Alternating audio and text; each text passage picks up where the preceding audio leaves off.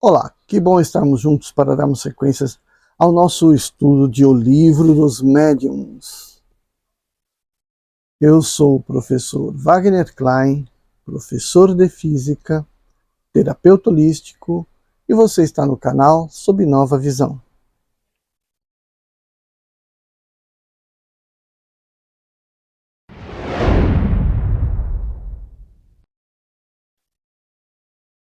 Bom, dando sequência então ao capítulo 4 da primeira parte, que são as noções preliminares, vamos seguir os últimos sistemas citados. Sistema da alma coletiva.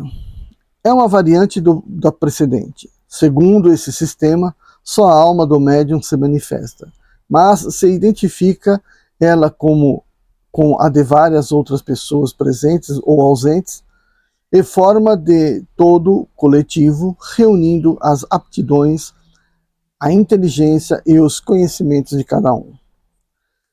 Ainda que a brochura onde essa teoria está exposta seja intitulada A Luz, ela nos pareceu de um estilo muito obscuro.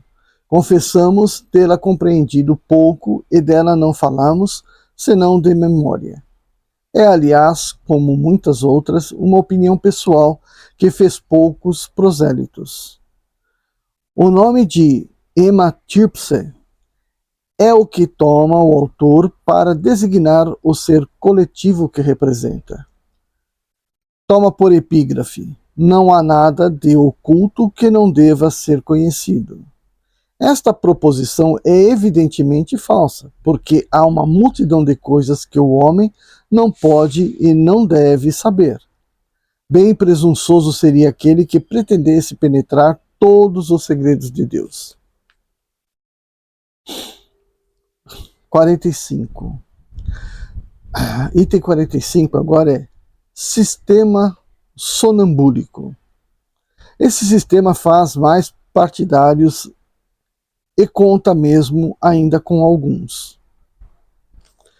Como o precedente, admite que todas as comunicações inteligentes têm sua origem na alma ou no espírito do médium, mas para explicar sua aptidão para tratar de assuntos fora dos seus conhecimentos, em lugar de supor nele uma alma múltipla, atribui essa aptidão a uma superexcitação momentânea das faculdades mentais, a uma espécie de estado sonambúlico ou estático que exalta e desenvolve sua inteligência.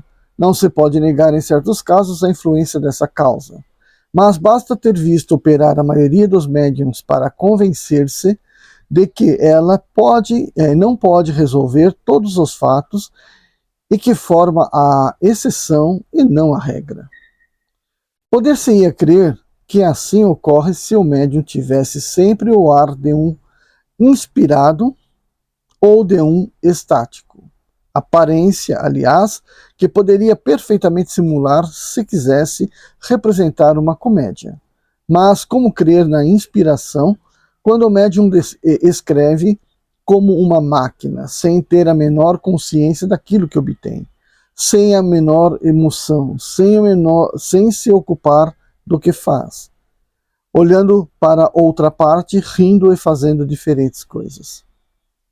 Concebe-se a superexcitação das ideias, mas não se compreende como possa fazer escrever àquele que não sabe escrever, e ainda mais quando as comunicações são transmitidas por pancadas ou com a ajuda de uma prancheta ou de uma cesta.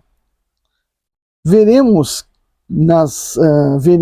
na continuação desta obra a parte que é preciso conceder à influência das ideias do médium. Mas os fatos nos quais a inteligência estranha se revela por sinais incontestáveis são tão numerosos e evidentes que não podem deixar dúvida a seu respeito. O erro da maioria dos sistemas nascidos na origem do espiritismo foi ter tirado conclusões gerais de alguns fatos isolados.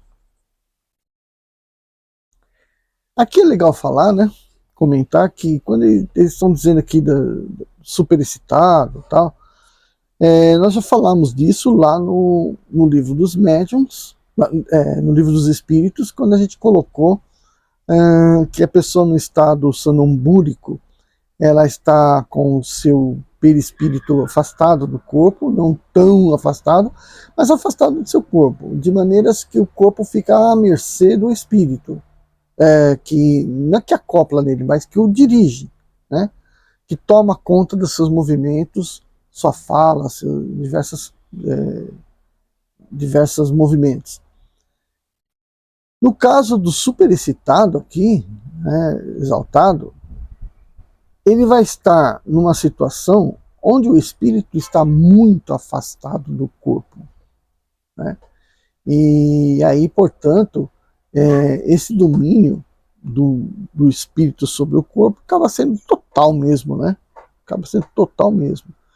E é naquelas casos onde muitas vezes o espírito não é que abandona o corpo, enquanto houver energia prendendo o espírito, ele não pode abandonar. Mas ele fica tão distante que ele simplesmente relega o corpo. E se o corpo não se sustentar de alguma forma, ele vai acabar morrendo e acabando de desligar o espírito. Bom, sistema pessimista, diabólico, demoníaco. Vamos ver o que diz aqui. Aqui entramos em uma outra ordem de ideias. Estando constatada a intervenção de uma inteligência estranha, tratava-se de saber qual era a natureza dessa inteligência. O meio mais simples era, sem dúvida, o de perguntar-lhe. Mas certas pessoas não encontravam nisso uma garantia suficiente e não quiseram ver em todas as manifestações senão uma obra diabólica. Segundo eles, só o diabo ou os demônios podiam se comunicar. Embora esse sistema encontre pouco eco hoje, não deixou de gozar por momentos de algum crédito pelo caráter daqueles que procuram fazê-lo prevalecer. Faremos notar, todavia, que os partidários do sistema demoníaco não devem ser colocados entre os adversários do espiritismo. Bem ao contrário, que os seres que se comunicam, sejam demônios ou anjos, são sempre seres incorpóreos. Ora, admitir a manifestação dos demônios é sempre admitir a possibilidade de se comunicar com o mundo invisível, ou pelo menos com uma parte desse mundo. A crença na comunicação exclusiva dos demônios, por irracional que seja, podia não parecer impossível quando se consideravam os espíritos nos seres criados fora da humanidade, mas desde que sabe que os espíritos não são outra coisa senão as almas daqueles que viveram. Perdeu todo o seu prestígio e pode-se dizer toda a sua verossimilhança. Porque se seguiria que todas essas almas são demônios, fosse eles um pai, de um filho, de um amigo, e que nós mesmos, morrendo, tornamos-nos demônios. Doutrina pouco lisonjeira e pouco consoladora para muita gente. Será bem difícil de persuadir a uma mãe que o filho querido que ela perdeu e que vem lhe dar, depois de sua morte, provas de sua afeição e de sua identidade, seja um agente de Satanás. É verdade que entre os espíritos há os que são muito maus e não valem mais do que aqueles que que chamam demônios, por uma razão bem simples, a de que há homens muito maus aos quais a morte não torna imediatamente melhores.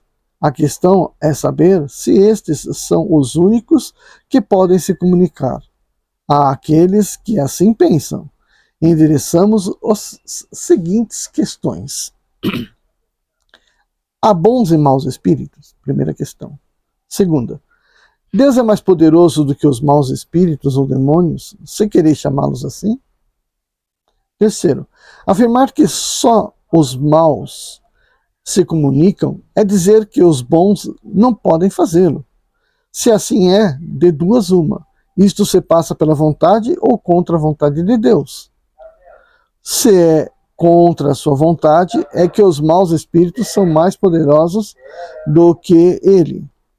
Se é por sua vontade, por que em bondade não o permitiria aos bons para contrabalançar a influência dos outros? Quarto, Que provas podeis dar da impossibilidade dos bons espíritos de se comunicar? Quinto, quando se vos opõe a sabedoria de certas comunicações, respondeis que o demônio toma todas as máscaras para melhor seduzir. Sabemos com efeito que há espíritos hipócritas que dão à sua linguagem um falso verniz de sabedoria, mas admitis que a ignorância possa imitar o verdadeiro saber, e uma natureza má imitar a verdadeira virtude, sem deixar nada perceber que pudesse revelar a fraude. Sexto, se só o demônio se comunica, pois que é inimigo de Deus e dos homens, por que recomenda orar a Deus, submeter-se à sua vontade, sofrer sem murmurar as tribulações da vida, não ambicionar nem as honras nem as riquezas, praticar a caridade e todas as máximas de Cristo, em uma palavra, fazer tudo o que é necessário para destruir seu império. Se é o demônio que dá tais conselhos, é preciso convir que, por astuto que seja, é bem inábil para prover armas contra si mesmo. Sétimo, seus espíritos se comunicam é porque Deus o permite, vendo as boas e as más comunicações.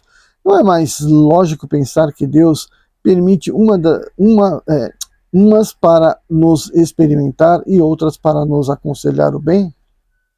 Oitavo, que pensaríeis de um pai que deixasse seu filho à mercê de exemplos e conselhos perniciosos, que o afastasse de si e que lhe proibisse ver as pessoas que o pudessem desviá-lo do mal?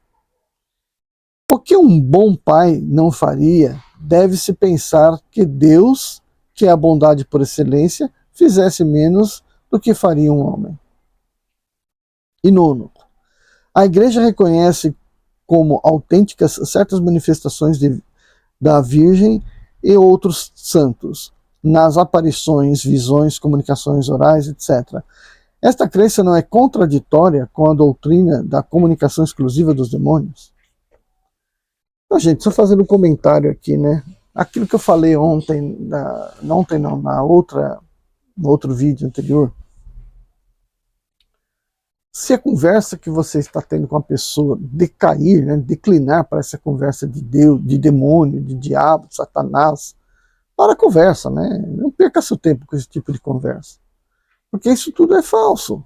O que existe? Existem espíritos. Seres humanos morreu, se dispôs da matéria e continua sendo espírito. Se ele tiver evolução moral, ele vai estar se afastando daqui, mas se ele não tiver, ele vai estar bem preso aqui. E estando bem preso aqui, ele vai manifestar-se com o que ele tem, né, com aquilo que ele sabe, que ele aprendeu, que é a somatória de todas as suas existências. Se não teve nenhuma existência dele que realmente foi positiva, que realmente trouxe-lhe conhecimento, ele vai ficar um espírito mau, né, perturbador, e que você só entra em comunicação com esse espírito se você se baixar na mesma frequência que ele. Porque se ele conseguisse levar a sua frequência, ele não seria mau. Então, se ele é mau, é porque ele continua preso a frequências mentais baixas. E se você mantiver frequências mentais baixas, você se comunica com ele, você fica preso ao mesmo campo vibratório. A partir do momento que você passa a ter uma visão mais aberta do mundo, né, da vida em si, do respeito à natureza, do respeito ao próximo, né, daquilo que você não quer que aconteça com você, das suas reformas íntimas, você está aqui para isso, né, se reformar, se melhorar. Então, se você está aqui nesse pensamento virtuoso, mesmo que você esteja cheio de problemas, mas está no caminho certo, né, está no vetor orientado corretamente, você vai, obviamente, superar e deixar essas influências para trás, né? Você não vai carregar essas influências. Então aqui, ele inclusive cita aqui até a Igreja reconhece aqui autênticas manifestações dos santos e tal. Claro que a Igreja reconhece. O que ela não reconhece é que o santo é um espírito humano, O que ela não reconhece é que o demônio é um espírito humano. Então ela fica rotulando. Tanto é que esses conceitos tolos estão presentes justamente onde né, viveu séculos aí sob a influência desse pensamento trolhado que é o pensamento da igreja. A partir do momento que você passa a olhar para povos orientais que não têm essa visão, né, de demônio, de diabo, eles têm uma visão muito mais espiritualista, você vai encontrar espíritos que não se prendem a esse tipo de manifestação. Né? Bom, dando sequência. Cremos que certas pessoas professaram essa doutrina de boa fé, mas cremos também que outras o fizeram unicamente para evitarem de se ocupar com essas coisas, por causa das más comunicações a que estão expostos a receber, dizendo que só o diabo se manifesta. Querem assustar mais ou menos, como quando se diz a uma criança: não toque nisto porque isso queima. A intenção que pode ser boa, mas no fim é errado, porque a proibição só excita curiosidade, e o medo do diabo retém a bem pouca gente, se quer vê-lo, seja apenas para ver como é feito, e se fica muito admirado de não encontrá-lo tão feio como se havia acreditado. Não se poderia ver também um outro motivo nessa teoria exclusiva do diabo? Há pessoas que acham que todos os que não são de sua opinião estão errados. Ora, os que pretendem que todas as comunicações são obra do demônio não estariam movidas pelo medo de não se acharem os espíritos de acordo com eles em todos os pontos, mas ainda sobre os que tocam os interesses deste mundo mais do que do outro? Não podendo negar os fatos, quiseram apresentá-los de maneira apavorante, mas esse meio não impediu o avanço mais do que o dos outros. Onde o medo do ridículo é impotente, é preciso resignar-se e deixar passar as coisas. Um muçulmano que ouvisse um espírito falar contra certas leis do Corão pensaria certamente que este era um mau espírito. O mesmo seria para um judeu no que concerne a certas práticas da lei de Moisés. Quanto aos católicos, ouvimos um deles afirmar que o espírito que se comunicava não podia ser senão o diabo, porque se havia permitido pensar de outro modo se ele sobre o poder temporal, ainda que não houvesse de resto, pregado senão a caridade, a tolerância, o amor ao próximo e a abnegação das coisas deste mundo, máximas ensinadas de Cristo. Os espíritos não sendo outros que as almas dos homens, e os homens não sendo perfeitos, disso resulta que há espíritos igualmente imperfeitos, e cujo caráter se reflete nas suas comunicações. É um fato incontestável que há os maus, astuciosos, profundamente hipócritas, e contra os quais é preciso manter-se em guarda. Mas porque se encontram no mundo dos homens perversos, não é uma razão para se fugir de toda a sociedade. Deus nos deu a razão e o juízo para apreciar os espíritos, assim como os homens. O melhor meio de premunir-se contra os inconvenientes que pode apresentar a prática do espiritismo não é o de interditá-lo, mas o de fazê-lo compreender. Um medo imaginário não impressiona senão um instante e não afeta todo mundo. A realidade claramente demonstrada é compreendida por todos. Sistema otimista. Ao lado daqueles que não veem nesses fenômenos senão a ação dos demônios, Há outros que não viram senão o dos bons espíritos. Supuseram que a alma, estando separada da matéria, nenhum véu existiria mais para ela, e ela deveria ter a soberana ciência e a soberana sabedoria. Sua confiança cega nessa superioridade absoluta dos seres do mundo invisível foi para muitos a fonte de muitas decepções. Aprenderam às suas custas a desconfiar de certos espíritos, assim como de certos homens.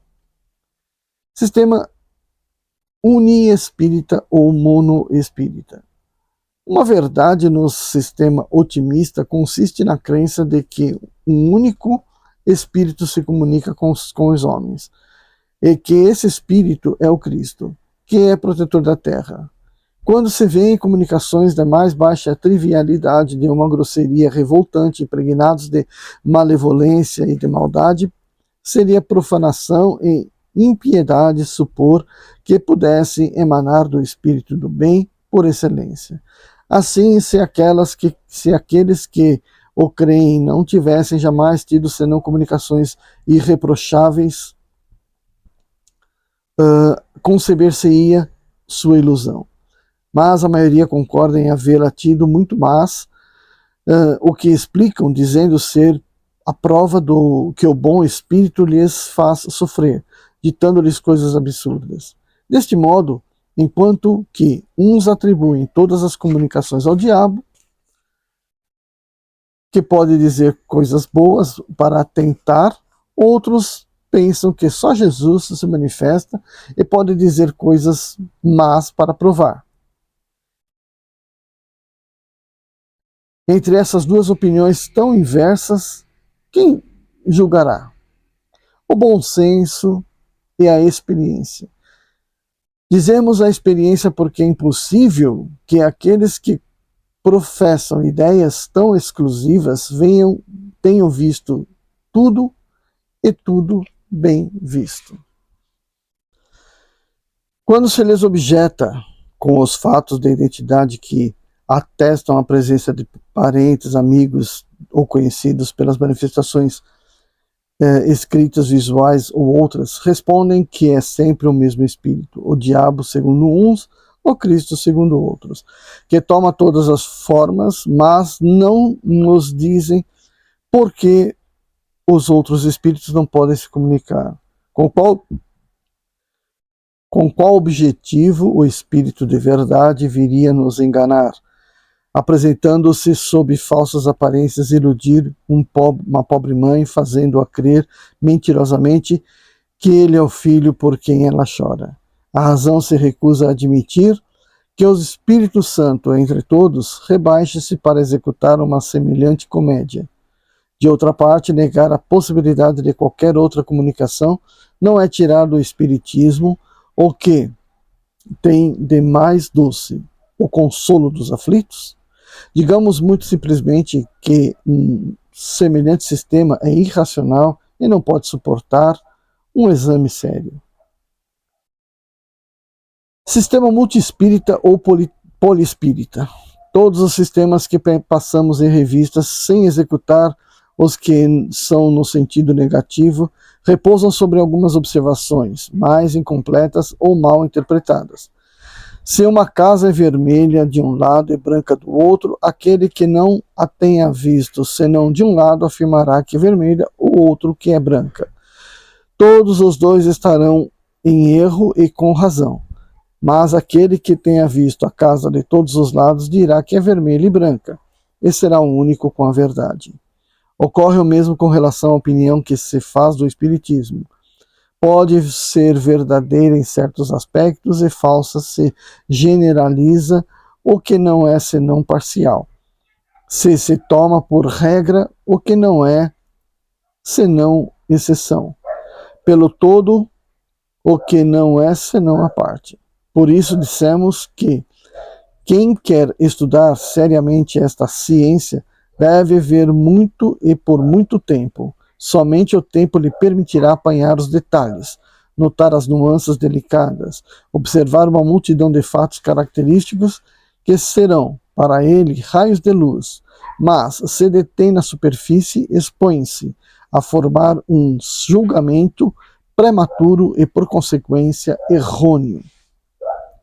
Eis aqui as consequências gerais que foram deduzidas de uma observação completa que formam atualmente a crença, pode-se dizer, da universalidade dos espíritos, porque os sistemas restritivos não são mais do que opiniões isoladas. Primeiro, os fenômenos espíritas são produzidos por inteligências extracorpóreas, ou melhor dito, pelos espíritos. 2. Os espíritos constituem um mundo invisível. Estão por toda parte, os espaços são por eles povoados ao infinito. Estão sem cessar ao nosso redor e com eles estamos em contato. Terceiro, os espíritos reagem incessantemente sobre o mundo físico e sobre o mundo moral. E são uma das forças da natureza. Quarto, os espíritos não são seres à parte na criação. São as almas daqueles que viveram sobre a Terra ou em outros mundos e que deixaram seu envoltório corporal, de onde se segue que as almas dos homens são espíritos encarnados e que, morrendo, nos tornamos espíritos. Quinto, há espíritos de todos os graus de bondade e de malícia, de saber e de ignorância. Sexto, todos estão submetidos à lei do progresso e todos podem alcançar a perfeição, mas, como têm seu livre arbítrio, alcançam-na em um tempo mais ou menos longo, segundo seus esforços e sua vontade. Sétimo, são felizes ou infelizes segundo o bem ou o mal que fizeram durante sua vida e o grau de adiantamento que atingiram. A felicidade perfeita e sem mescla não é partilhada senão pelos espíritos chegados ao supremo grau da perfeição. Oitavo, todos os espíritos, em circunstâncias dadas, podem se manifestar aos homens. O número dos que podem se comunicar é indefinido. Nono, os espíritos se comunicam por intermédio dos médiums, que eles servem de instrumentos e de intérpretes, que é o objetivo deste livro, na próxima parte. Décimo, reconhecem-se a superioridade ou a inferioridade dos espíritos por sua linguagem. Os bons não aconselham senão o bem e não dizem senão coisas boas. Tudo neles atesta a elevação. Os maus enganam a todos, as suas palavras carregam a marca da imperfeição e da ignorância. Os diferentes graus que os espíritos percorrem estão indicados na escala espírita, no Livro dos Espíritos. O estudo dessa classificação é indispensável para apreciar a natureza dos espíritos, que se manifestam, suas boas e suas más qualidades. Eu vou colocar no fim desse vídeo o vídeo no qual a gente apresenta essa classificação aqui dos espíritos, tá?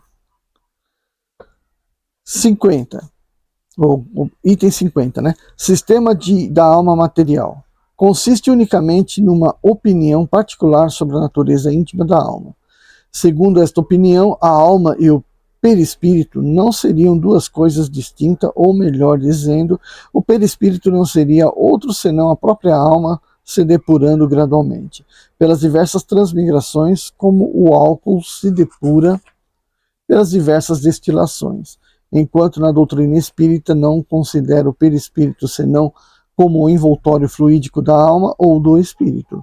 O perispírito sendo matéria, embora muito etérea, a alma seria assim de uma natureza material, mais ou menos essencial, segundo o grau da sua depuração. Este sistema não invalida nenhum dos princípios fundamentais da doutrina espírita, porque nada muda na destinação da alma. As condições de sua felicidade futura são sempre as mesmas. A alma e o perispírito formam um todo sob o nome de espírito, como o germe e o perisperma formam sob o nome de fruto. Toda a questão se reduz em considerar-se o todo como homogêneo, em lugar de estar formado por duas partes distintas. Como se vê, isso não leva a nenhuma consequência e disso não teríamos falado se não tivéssemos encontrado pessoas inclinadas a ver uma nova escola no que não é definitivamente senão uma simples interpretação de palavras. Esta opinião, de resto muito restrita, fosse mesmo mais geral, não construiria uma cisão entre os espíritos mais do que as teorias da emissão ou das ondulações da luz, e não foi uma entre os físicos.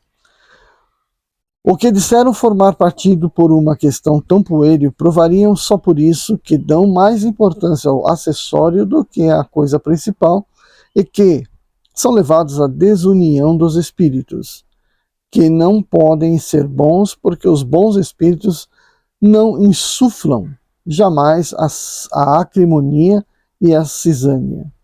Por isso, exortamos todos os verdadeiros espíritas a se porem em guarda contra semelhantes sugestões e não ligar a certos detalhes mais importâncias do que merecem. O essencial é o fundo. É aquilo que a gente vem dizendo, né? Se é uma coisa que, uma discussão que leva à cisão, né, à separação, leva a uma provocação, qualquer que seja, então ela deve ser evitada. Né? Um bom espírita não se mete nisso. Cremos necessário dever dizer, em poucas palavras, sobre o que se apoia a opinião daqueles que consideram a alma e o perispírito como duas coisas distintas. Está fundada nos ensinamentos dos espíritos, que jamais variaram a esse respeito. Falamos dos espíritos esclarecidos porque entre eles há os que não sabem mais e mesmo menos do que os homens, ao passo que a teoria contrária é uma concepção humana. Não inventamos nem supusemos o perispírito para explicar os fenômenos. Sua existência nos foi revelada pelos espíritos e a observação nola afirmou. Ela se apoia ainda sobre o estudo das sensações dos espíritos e, sobretudo, sobre o fenômeno das aparições tangíveis que implicariam. Segundo a outra opinião, a solidificação e a desagregação das partes constituintes da alma e, por consequência, sua desorganização, seria necessário, por outro lado, que esta matéria, que pode impressionar os sentidos, fosse ela mesma o princípio inteligente. O que não é mais racional que confundir o corpo com a alma ou a veste com o corpo.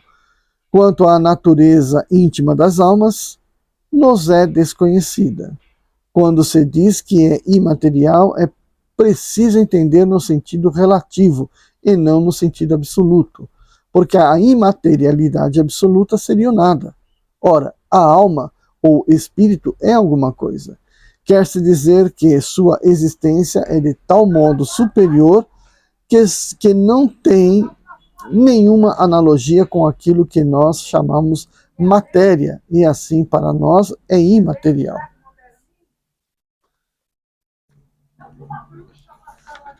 Eis aqui a resposta dada a esse respeito por um espírito. O que uns chamam perispírito não é outra coisa senão os que outros chamam envoltório material fluídico. Direi para me fazer compreender de matéria mais lógica que esse fluido é a perfectibilidade dos sentidos, a extensão da vista e das ideias. Falo dos espíritos elevados. Quanto aos espíritos inferiores, os fluidos terrestres são ainda completamente inerentes a eles, pois são matérias. Como vedes, dai os sofrimentos da fome, do frio, etc. Sofrimentos que não podem experimentar os espíritos superiores. Uma vez que os fluidos terrestres são depurados ao redor do pensamento, quer dizer, da alma, a alma, para seu progresso, tem sempre a necessidade de um agente. A alma, sem agente, não é nada para vós, ou, melhor dizendo, não pode ser concebida por vós. O perispírito para nós, espíritos errantes, é o agente pelo qual nos comunicamos convosco, seja indiretamente pelo vosso corpo ou vosso perispírito, seja diretamente à vossa alma. Daí os infinitos matizes de médiums e de comunicações. Agora, resta o ponto de vista científico, quer dizer, a própria essência do perispírito. Este é outro assunto. Compreendei primeiro moralmente. Não resta mais do que uma discussão sobre a natureza dos fluidos, que é inexplicável no momento. A ciência não conhece bastante, mas lá chegará se quiser caminhar com o espiritismo. O perispírito pode variar e mudar ao infinito, a alma é o pensamento, não muda de natureza. A esse respeito não vades mais longe. É um ponto que não pode ser explicado. Credes que não procuro como vós. Vós buscais o perispírito, nós buscamos a alma. Esperai, pois, lamentais. Assim, seus espíritos, que podem considerar como avançados, não puderam ainda sondar a natureza da alma, como poderíamos fazê-los nós mesmos? Vai, pois, perder seu tempo quem quiser perscrutar o princípio das coisas, que, como está dito em O Livro dos Espíritos, está nos segredos de Deus, para entender e explorar com a ajuda do Espiritismo, o que não é ainda a alçada da humanidade, é desviar-se de seu verdadeiro objetivo, é fazer com que a criança que quisera saber tanto quanto o velho, que o homem utilize o espiritismo para seu adiantamento moral é essencial. O resto não é senão curiosidade estéril e frequentemente orgulhosa, cuja satisfação não lhe fará dar nenhum passo à frente. O único meio de avançar é o de tornar-se melhor. Os espíritos que editaram o livro que leva seu nome provaram sua sabedoria, limitando-se no que concerne ao princípio das coisas, nos limites que Deus não permite atravessar, deixando aos espíritos sistemáticos e presunçosos a responsabilidade das teorias antecipadas e errôneas, mais sedutoras que sólidas, e que cairão um dia diante da razão, como tantas outras saídas dos cérebros humanos. Não disseram senão o que era necessário para fazer o homem compreender o futuro que os espera, e por isso mesmo encorajá-los ao bem. Então, aqui a gente encerra a primeira parte que correspondia às noções preliminares. Então, aqui está confirmado. Espírito existe, alma existe, perispírito existe, a vida eterna existe, certo? Então é isso que é a confirmação dessas primeiras noções preliminares. Agora a gente vai para como? Como que os espíritos realmente se comunicam com os encarnados, né? E aí, portanto, o capítulo 1 vai ser a ação dos espíritos sobre a matéria. Então aqui a gente encerra essa primeira parte, tá bom? Deixa seu like. Se você não é inscrito, se inscreva no canal, porque agora é caderninho na mão e vamos ver o que eles estão explicando para nós sobre as várias formas de mediunidade, certo? Vejo vocês no nosso próximo vídeo. Tchau, tchau.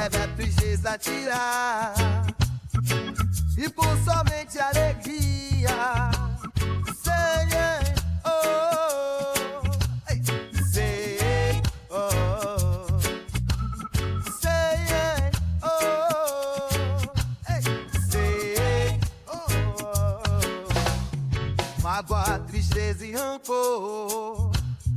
Quem gosta é o obsessor, se livra da